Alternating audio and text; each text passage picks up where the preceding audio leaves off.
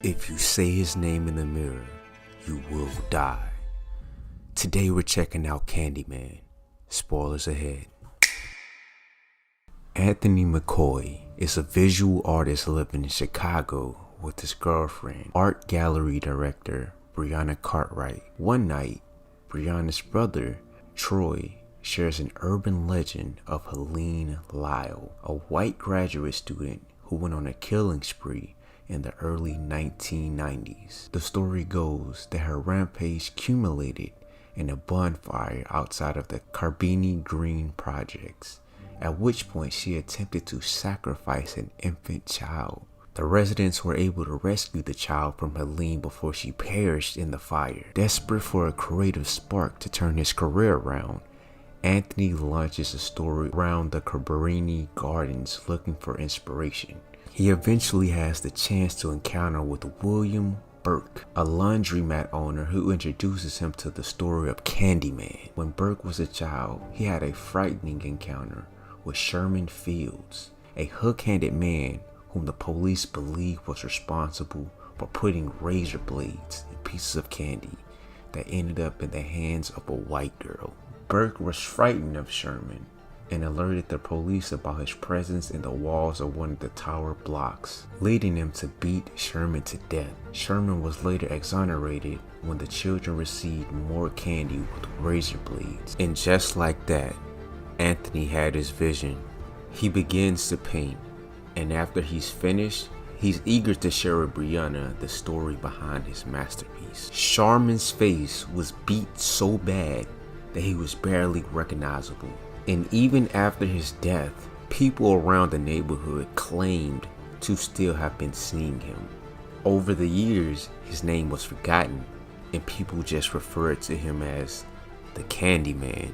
The legend goes that repeating the name Candyman 5 times invokes Sherman's spirit, at which point he appears in the reflection and kills whoever spoke his name. Candyman, Candyman. Anthony, no. Candyman. Stop. Candyman. Stop it. Inspired by this, Anthony develops an art exhibit around the legend of Candyman and showcases it at Brianna's gallery.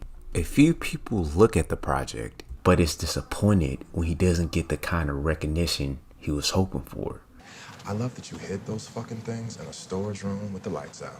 So smart. I mean, where'd you even find those paintings? Thrift store in the desert? That night, one of Brianna's co-workers and his girlfriend come back to the exhibit to have some fun. They see Anthony's work and they decide to say Candyman in the mirror 5 times. Candyman is summoned and the couple is instantly slaughtered. Their bodies are discovered the next morning by Brianna. Eager to learn more, Anthony heads to the library to find out more information on Helen Lyle and the Candyman. While in the elevator, we start to notice how Anthony's hand is slowly deteriorating. He also spots a piece of candy on the elevator that has a blade inside of it. And finally, when he looks up in the mirror, he spots a quick glimpse of Candyman in his reflection. Anthony has become so obsessed that now his apartment is filled with Candyman paintings, and the more he goes, the worse his hand gets. More people are eventually killed after repeating Candyman's name, including an art critic and a group of teenage girls. Candyman. Candyman.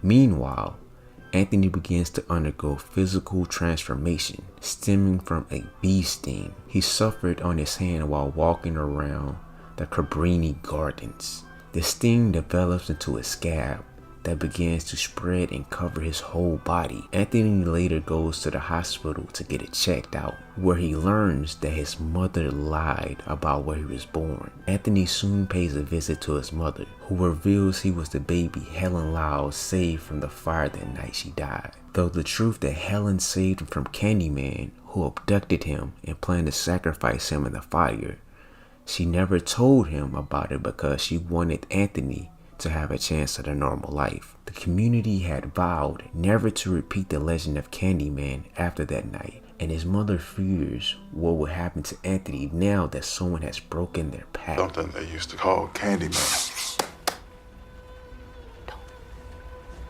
Don't say that. Anthony leaves, resigned to his fate, and wanders the row houses of Cabrini Green. Concerned about Anthony, Brianna recalls him mentioning that he first heard about Candyman from Burke, so she heads to Cabrini Green in hopes of finding him. Once there, Burke subdues Brianna and takes her to an abandoned church, where Anthony has entered a fugue state where his body continues to deteriorate. Burke reveals that not only did he witness the police beat Sherman to death, but he also saw Sherman return later as Candyman, which he butchered his own sister when she summoned him in the bathroom mirror of their apartment. He plans to have Anthony gunned down by the police, creating a new legend, which Candyman is the instrument of vengeance rather than a symbol of black pain and suffering. To complete Anthony's transformation into Candyman, he saws off his right hand and replaces it with a hook.